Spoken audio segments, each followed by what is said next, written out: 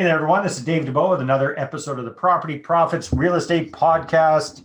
And today, zooming in with us, very special guest, Cora Cristobal, a very experienced real estate entrepreneur and a coach and a trainer, and just a person that knows a heck of a lot around real estate investing. How are you today, Cora? I'm doing great. Thank you very much, Dave, for having me. It's a pleasure. Well, it's my pleasure as well. So, Cora, where are you calling in from today, and where do you do most of your real estate deals these days? Okay, I'm calling in from Mississauga, which is a city in the Greater Toronto area in Ontario, Canada. Now, it sounds to me like you might not come from Mississauga originally. Where do you originally come from, Cora? I originally come from a small country in Asia, Philippines.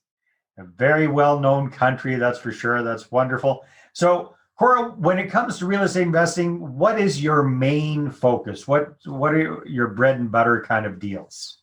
My bread and butter kind of deals should be cash flowing.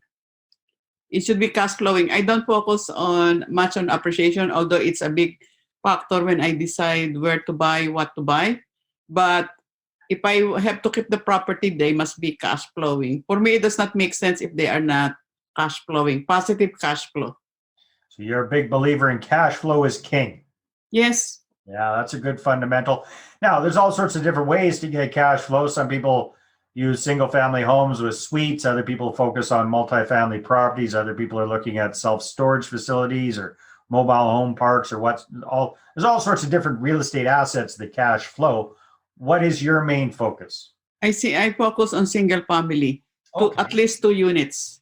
Yeah, so like the BRRRR type strategy, or do you buy properties that already have suites in them?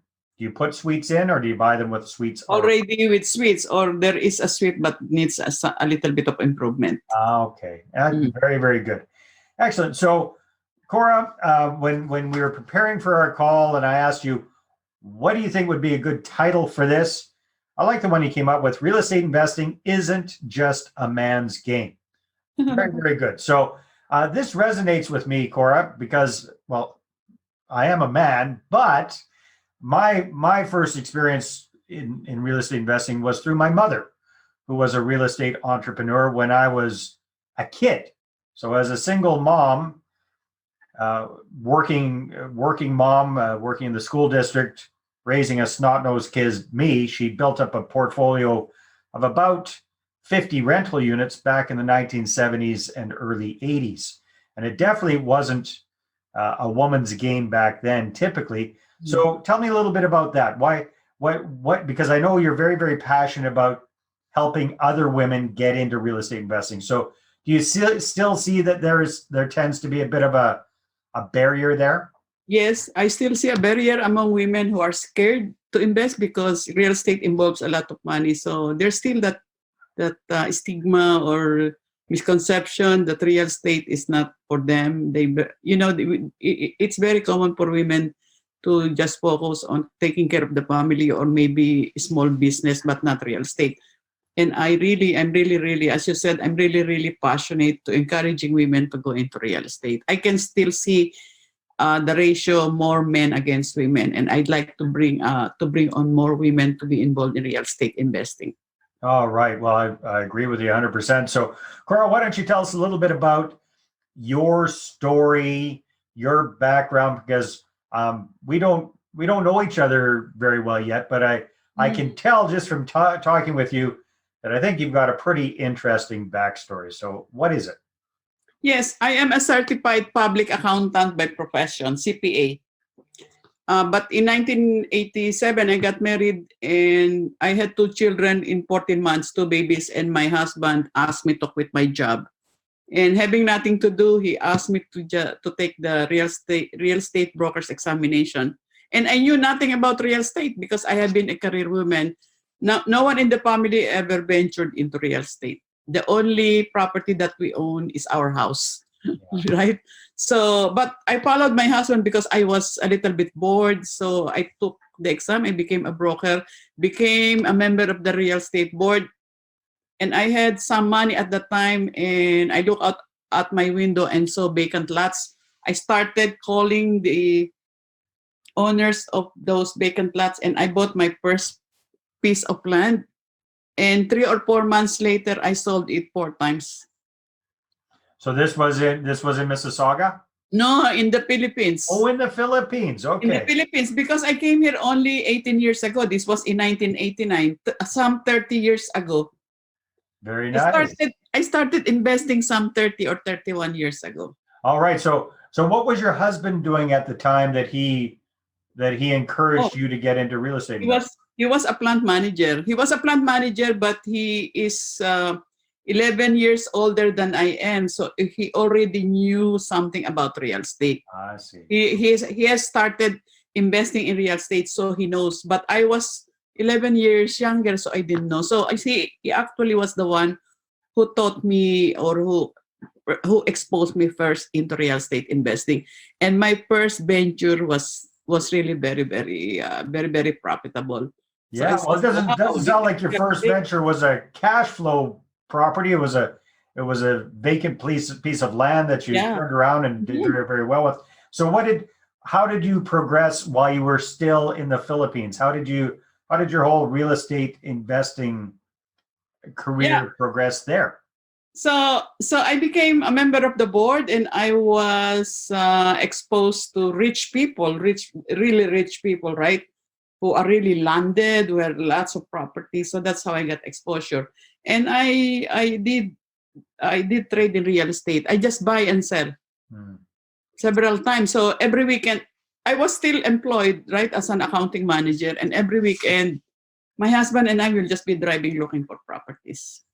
Very nice. Then, so I was investing at the same time. I was helping people buy real estate. I want people, because I personally benefited. I said lots of people should get into real estate. Of course, not everybody has that mindset. And then when we moved to Manila, I joined a big realty company. I started from a sales rep and went up the ladder until I became an area sales director.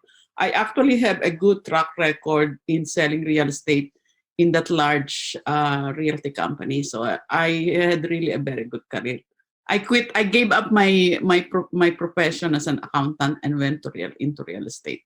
Yeah. So when and why did you and your husband and your family decide to immigrate to Canada? Oh, we had a sad story. I was scammed. I was scammed, and scam. Yeah. There was a syndicate who played a game with us, and I lost almost all my savings, my hard-earned savings. In the Philippines. In the Philippines, I was scammed, and because of that, I had already 4 children, and I said I don't want to raise my children in that kind of environment. So that's why we decided to migrate to Canada, because I also have a brother here. I also went to the United States. I really wanted to get out of the Philippines. Yeah. For a better environment. For yourself and for your family. For Yeah. myself and for my family. So you went to the United States first? I went to the United States first because I applied for Canadian immigration, and I was not getting any response. So I thought it was disapproved. So I went to the US, and it was easy for me to get a job. I had 2 jobs there. It's so easy in Los Angeles, California. I was there during the 9/11. But after the 9/11, I got an email from the Canadian Embassy. They have been sending me letters that they want to interview me. But because I was in the United States, I was missing all these letters. So I was given a deadline to go back to the Philippines for interview. And during the 9/11, the flights were canceled, but when they were resumed, I flew to the Philippines, and our immigration was finally approved, and the whole family immigrated to Canada in 2003. I think 9/11 was 2002. Yeah, 2001, I think it was. Or 2001 or 2001. Yeah. So that's a little bit of twist. There was a twist in my story. Yeah, no, that's very good. Okay, so you and the family arrive in Ontario, in Toronto, and whatever 2003, 2002, 2003.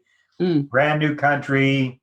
It sounds like a little bit of family, but most of your savings had been scammed from you from the Philippines? Were you kind of starting all over again? Yes, I have. Well, I still have a little bit of savings, but more were taken in by the scammers, right? But Yeah. I have just a little bit of savings, just enough to start, because at the time Canada would like you to show 6 months Yeah. of survival income, so to speak, right? 6 months, and you have to show that at the airport. But I have that. I have that money. I had a little bit of money there. Then I started as an accounting clerk. You cannot be a realtor without, I think it requires 2 years of residence. So I have to start from an accounting clerk. I work with a large food ingredient company. And when I got bored again with my full-time employment, I studied to get my real estate license. The full-time job, and then I was taking real estate courses. In 6 months, I got my license. Very nice. So I got my license. What you understood was working in the Philippines. You eventually transported that to Canada. So what did you find were the major differences between investing in real estate in the Philippines versus Canada? Well, really very big difference. The fundamentals can be the same, but in Canada, you cannot trade in real estate without license, right? In the Philippines, anybody can just trade there. And there's a lot of unethical and immoral transactions. Here, you cannot do that. Mm-hmm. I am bound by the code of ethics, and I'm bound by certain laws. And if you misbehave in this country, you will lose your license, right? Yeah. So that's one. In the Philippines, I was not dealing with house and lot, mostly in land, mostly high-end subdivision land, raw land, and golf shares. So I myself was a real estate investor. Up to now, I have properties in the Philippines, and I really did very well there. In fact, now I am selling one of my properties there. How did you start getting into investing in cash flowing properties here in Canada? Where did you make that switch from raw land to cash flowing properties? Yes, so I have to study that. And my first property that I bought was a condo townhouse by Square One, if you are familiar, in Canada, in Mississauga. And yes, I cash flow there around, not a lot, because at the time I already divorced. I had some sort of a story where I divorced, and I went through a crisis where I have to divorce. So I was left on my own, so I needed to become an investor so I can cover up the lost income of my husband. So I started buying condos. Okay. And then during the recession in the US, I found my mentor and started buying in the United States. I invested in Florida and Ohio, really cheap. Yeah. So is that where you focus these days, is investing? You're based in Canada, but you're investing in the States, or do you kind of invest? No, both countries. Yeah. Now I am doing pre-construction. Okay. Pre-construction. So I guess one of the questions I have for you, Cora, just because you've got a much more international outlook on things, and myself as well. I actually lived overseas for almost 14 years. So you come back to Canada and you realize what opportunities there are that sometimes Canadians don't realize we have. So what and I know your focus is on women and helping other women realize that these opportunities are there. I just noticed it seems like so many newer Canadians or first generation Canadians get it. But born and raised Canadians have a harder time understanding it. Why do you think that is? Well, it depends on their background, right? Yeah. Everything starts from the mindset. Because I was exposed, if not for my husband, imagine if I get married to somebody who does not believe in real estate. So first, who are you hanging out with? It's very important who you hang out with. And I hang out with my husband and people who believe in real estate. So for a regular person who does not have that exposure, it's very hard to switch their mentality. So that's one. And number two, I became a real estate broker in the Philippines, then a real estate agent. I have the education. So one is exposure, who do you hang out with? And I got a mentor in real estate who be really a millionaire. So those are the factors that are really, really very important for you to have that kind of attitude, because it is what you believe, right? It is what you believe. So that's what I can tell you. So we've just got a few minutes left, Cora, and I want to get back to our focus on, helping more women get into active real estate investing. So when you're speaking at a group, or you're speaking with a group of non-real estate ladies or women, what's kind of the message? What's the core of your message that you'd like to get across? Yes, I will. My message is for people to keep growing themselves, to keep growing, to keep investing in yourself, and be careful with the people who you hang around with, because education will come not only from reading books or going to seminars, but also from the people that you normally associate yourself with, whom you are talking with, right? Because if people will tell you, no, you are crazy, real estate is very dangerous, then that's what you get. But the people who will encourage you to say, go in real estate, that's the best route to becoming wealthy. So that is my best advice I can give to everyone. Excellent, Cora. All right. So I'm sure there's going to be people that are watching or listening to this who'd like to connect with you. What would you suggest they do? Do you have, I know as we're filming this, we're still kind of in the whole COVID lockdown situation. What are you doing? Are you still, I think you have a club in Toronto focused on women in real estate. Yes, I do regular events still, but now it's virtual because we cannot do a live event. But in 2020, I have done 9 events, 1 live and 8 virtual. And on Saturday, I have another virtual event, which is the last for 2020. So I would this is probably going to be showing up in 2021. So if people want to connect with you in 2021, what should they do? They can check my website, torontowomensclub.ca.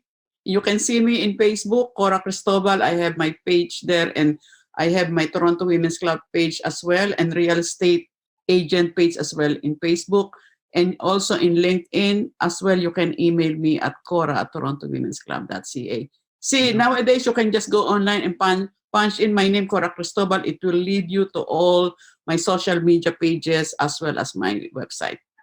That's wonderful. Well, Cora, thank you very much for your time and your inspirational story. I appreciate you sharing it with us. It's my pleasure. Thank you so much, Dave, for having me.